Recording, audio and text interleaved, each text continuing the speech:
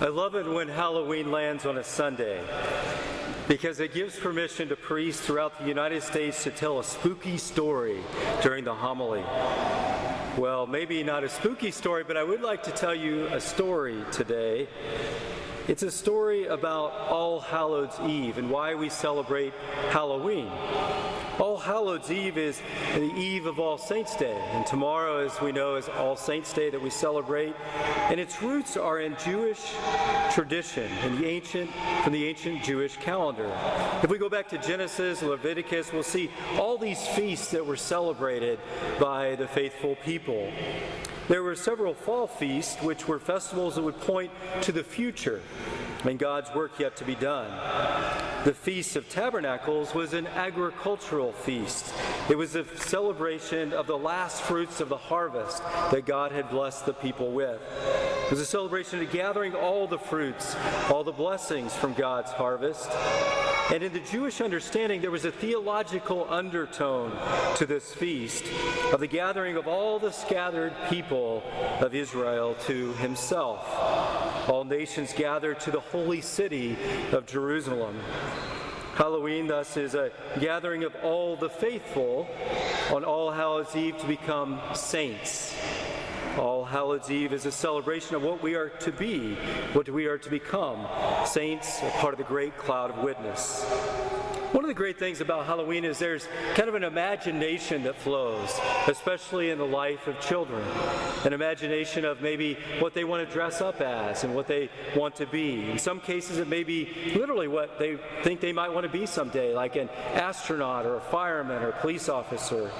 For others, it may be kind of an imagination of those things that aren't real, like superheroes or princesses. Well, they could be real. It may not be what they desire to be in their own future.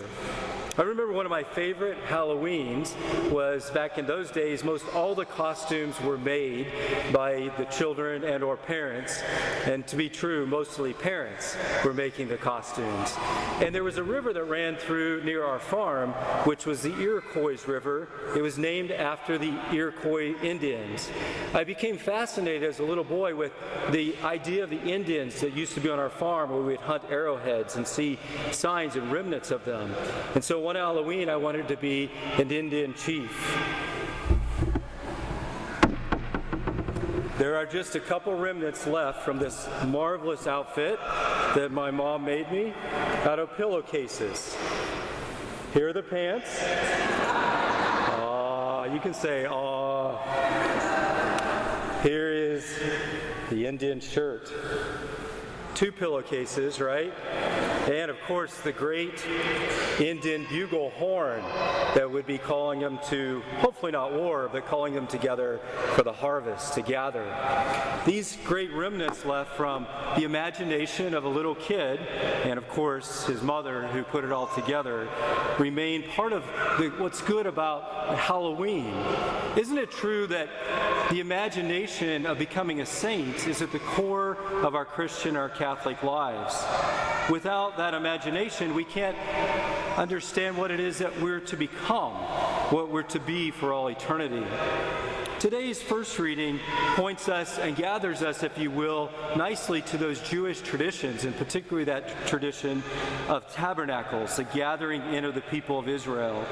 It begins, or it states a great prayer from the Torah in Deuteronomy, the great prayer of Israel. It is akin to what we might call today the Our Father from the New Testament. Love the Lord your God with all your heart, all your soul, and all your strength. The great prayer of the Shema. In the gospel, Jesus quotes this prayer when asked, what is the greatest commandment? And he says to the scribe that you should love the Lord your God with all your heart, all your soul, all your mind, and all your strength. Jesus adds something to the prayer. He adds, with all your mind. Why is Jesus adding something to the great Shema, the great prayer of the Israelites? Well, because he knows that to really truly love another, we must also know them through our intellect, through our mind. so that we can really know them and love them and serve them, we are to use our intellect as well. The Catechism of the Catholic Church cites this right out of the prologue. In the very beginning of the Catechism, there's the introduction to the entire teaching of the Church that is given to us through the United States Catholic bishops. And the very first part of the prologue is entitled The Life of Man to Know and Love God. It says, God, infinitely perfect and blessed in himself, in a plan of sheer goodness, freely created man to make him share in his own blessed life. For this reason, at every time and every place, God draws close to man. He calls man to seek him, to know him, and to love him with all of his strength. So the Catechism helps us to know that if we are really truly going to love God, then we must know him. We must seek him out, and we must enter into a relationship with him. We are really blessed to be able to know our God. How do we come to know him, many ask? Because sometimes maybe you've been asked this question. People say, I don't feel close, or I don't know God. I don't have a relationship with him. How do you come to know him?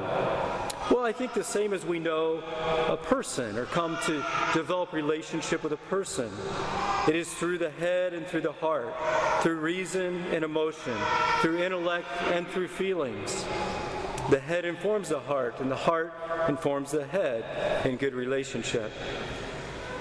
Do you know God? Do you really know him? Do you know the one who created you and loved you into being? It is impossible to love someone that we don't know. How do we get to know someone? Well, those are kind of basic questions of our lives. We've all been there and had that experience that to develop a relationship, we must spend time with another. We must ask questions about them.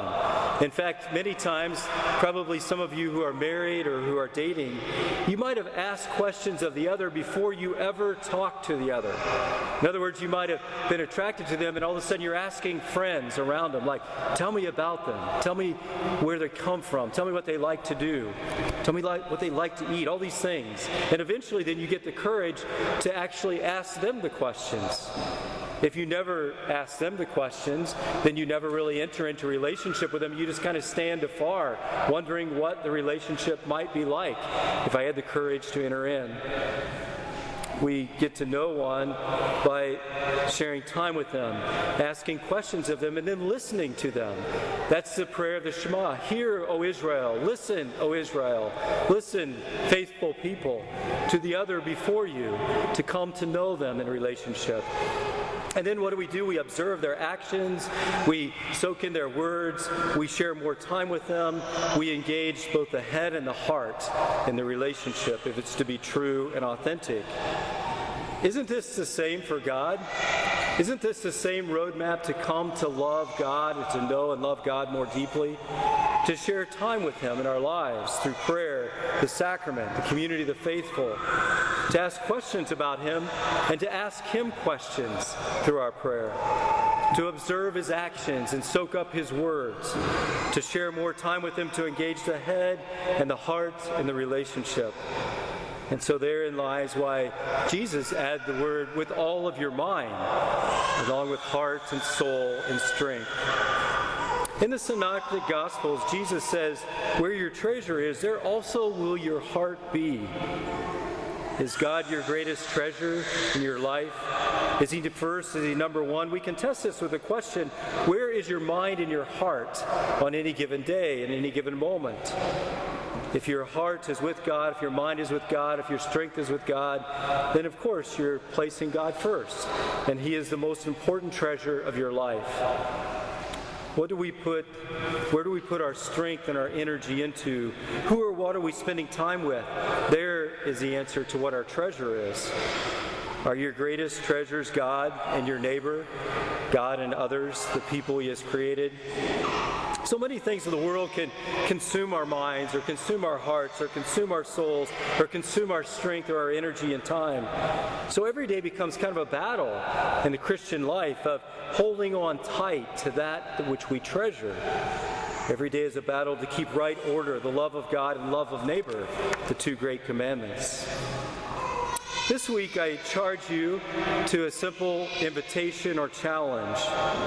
Carve out a little bit of time to sit with God quietly in prayer and do an inventory, if you will, an inventory of your treasure. What are your treasures? How do you spend your time? Where's your heart? Where's your mind? What do you think about? What do you invest in? What is your treasure? An inventory of our heart, an inventory of our soul, an inventory of our mind, an inventory of our strength or our energy will help us to know, is God really first in our lives? And out of that love of God first, do we then love our neighbor rightly? This coming week is All Saints and All Souls Day. Tomorrow, All Saints. Tuesday, All Souls. And in that, we know that we're called to be saints. In the great imagination of our minds, of our intellect, and in the very depths of our heart and soul, we know that all of our strength should be programmed, if you will, or moving towards becoming what we're meant to be, saints, with God for all eternity in heaven. And so while you do an inventory, you may say, well, gosh, I spend a lot of time at work, and that isn't necessarily in communication with God, or I spend a lot of time studying as a student, or in classrooms, or in Zoom meetings, or at home as a retired person, or a stay-at-home mom doing the work of family life, and all these things take a lot of my time. But then the question becomes, are they all geared towards sainthood? Are they all really helping you to live out a holy life? Do you recognize God in the midst of work or your home life or family life or in the midst of studies or recreation? Are they all geared towards something more, or are they just for the sake of what they are? The church would say that there are 3 stages of our life. First, the Church Militant. That is all people on earth. We are the Church Militant right now. We are seeking to become holy in our lives, set apart to become saints. The second is the church suffering, or the church penitent. Those are all the souls of purgatory, which we recognize on All Souls Day on Tuesday, to continue to pray for them so that they are moving through our prayer, through God's grace, to the third place that we all seek, and that is the church triumphant, to become saints with God. That's our hope, or it should be our hope. It should be in our imagination. It should be in our intellect. It should be in our heart. It should be in our soul. It should be our strength to become saints. And so on this All Hallows Eve, are we living the 2 great commandments so that we become saints? Are we living to become part of the triumphant, the great cloud of witness? The Lord gives us the strength through the grace of the sacraments this day. May we embrace it so that one day we might all reach that ultimate destination, our ultimate being, to become saints with God.